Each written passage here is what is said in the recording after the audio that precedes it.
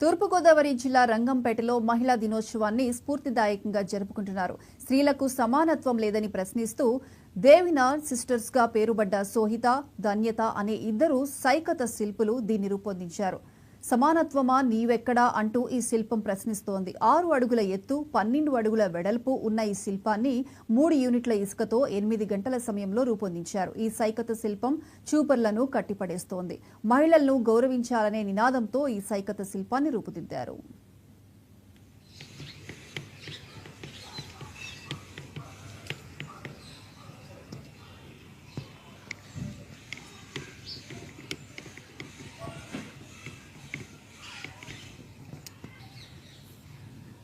నా పేరు సోహిత, మా చెల్లి పేరు ధన్యత.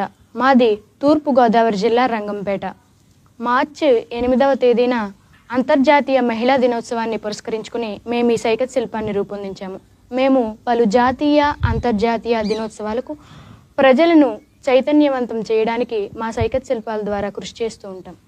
నేడు అనునిత్యం మహిళలు అనేక రకమైనటువంటి దాడులకు గురవుతున్నారు. మనం ఈ సమాచారాన్ని ప్రింట్ అండ్ ఎలక్ట్రిక్ మీడియాలో చూస్తున్నాము. నేటి సమాజంలో మహిళలు పురుషులతో పాటు సమానంగా అన్ని రంగాల్లోనూ దూసుకుపోతున్నారు. అయినప్పటికీ అక్కడక్కడ అసమానతలు, వివక్షతకు గురవుతూనే ఉంటున్నారు. మేము ఈ అంశాన్ని దృష్టిలో పెట్టుకుని అత్యాచారాలు, అసమానతలు, ప్లీజ్ రెస్పెక్ట్ ఉమెన్, సమానత్వమా నీవెక్కడ అన్న నినాదాలతో మేము ఈ సైకత